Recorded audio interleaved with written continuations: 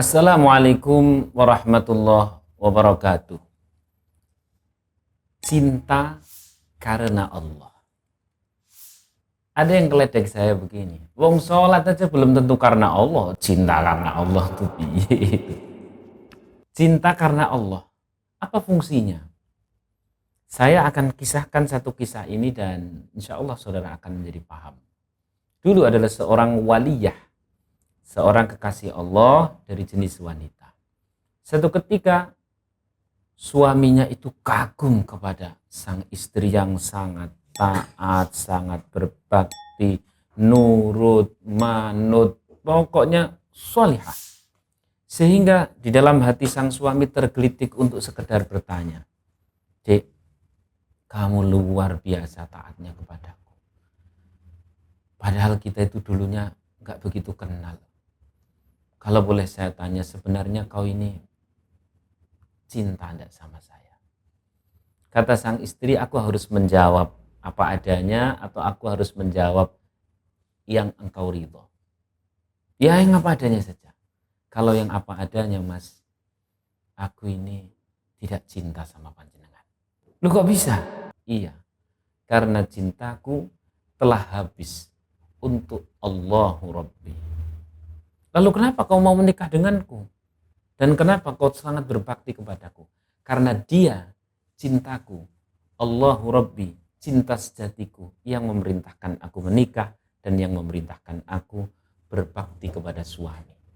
Jadi baktiku kepadamu wahai suamiku karena dia yang aku cintai, abadi, hakiki." Jadi justru dengan kecintaan kepada Allah, seseorang ini akan bisa melaksanakan peran-perannya itu lebih optimal. Kalau dalam bahasa hadis ada banyak sekali riwayat, ada bahasa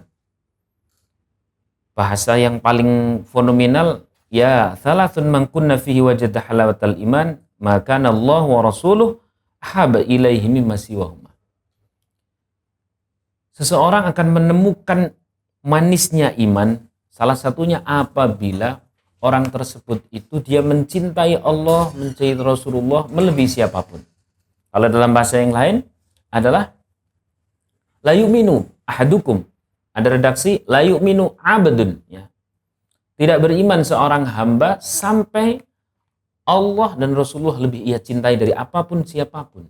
Bahkan ada redaksi dengan kata minal ahli wa minan nasi ajma'in. Terus apa kaitannya?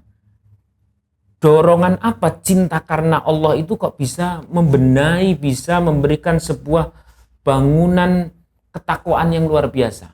Tadi satu contoh. Saya kasih contoh lagi yang tentang Rasulullah. Jadi misalkan nih, seorang suami istri. Apabila seorang suami dia mencintai istrinya itu karena sang istri, maka 5 tahun mendatang, 6 tahun mendatang pasti akan rapuh cintanya. Kenapa? Karena semakin lama dikenal itu istri, semakin ketahuan buruknya, semakin ketahuan aibnya, sehingga memudar itu cinta suami. Demikian pula kalau ada seorang suami mencintai istrinya karena sang istri itu sendiri, lama-lama juga akan pudar itu cintanya. Alhasil, kenapa kok bisa pudar? Karena setiap orang yang terus bersama nanti akan ketahuan sisi-sisi buruknya.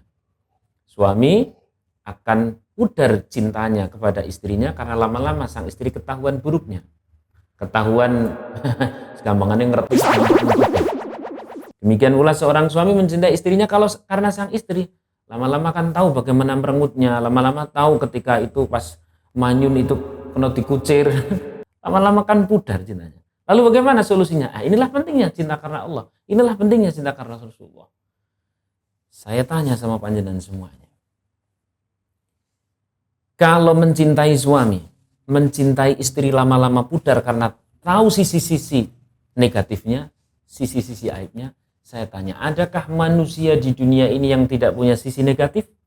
Adakah manusia di dunia ini yang tidak punya aib-aib?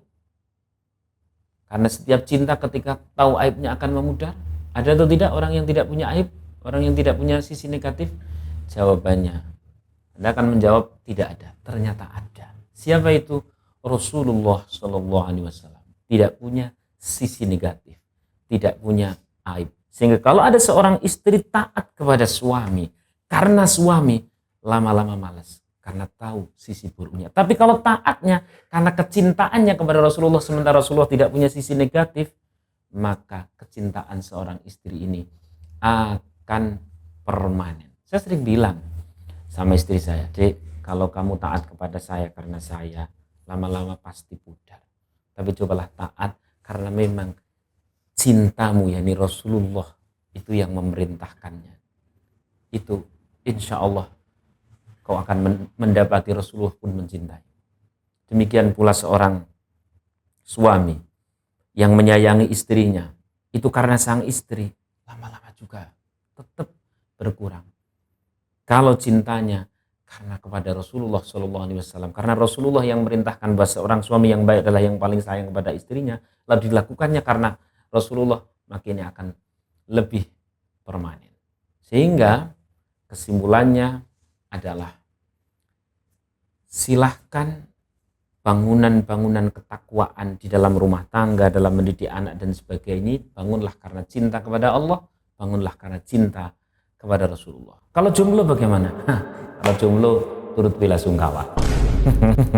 Maksudnya begini, kalau setelah mendengar ini bahwa seorang wanita itu masuk surga, itu kan salah satunya adalah idza ata'at zaujah, ketika dia taat kepada suaminya. Seorang suami dia itu mendapatkan prioritas di sisi Allah ketika dia menyayangi istrinya. Lalu saudara adalah jomblo, maka niatkan mulai sekarang, kelak kau menikah bukan sekedar untuk menyenangkan diri, tapi bagaimana menikah untuk menyenangkan Rasulullah SAW. Dengan demikian, maka di belakang doa panjenengan, di belakang harapan panjenengan, ada Rasulullah SAW yang turut mensupport. Demikian, semoga bermanfaat. Assalamualaikum warahmatullahi wabarakatuh.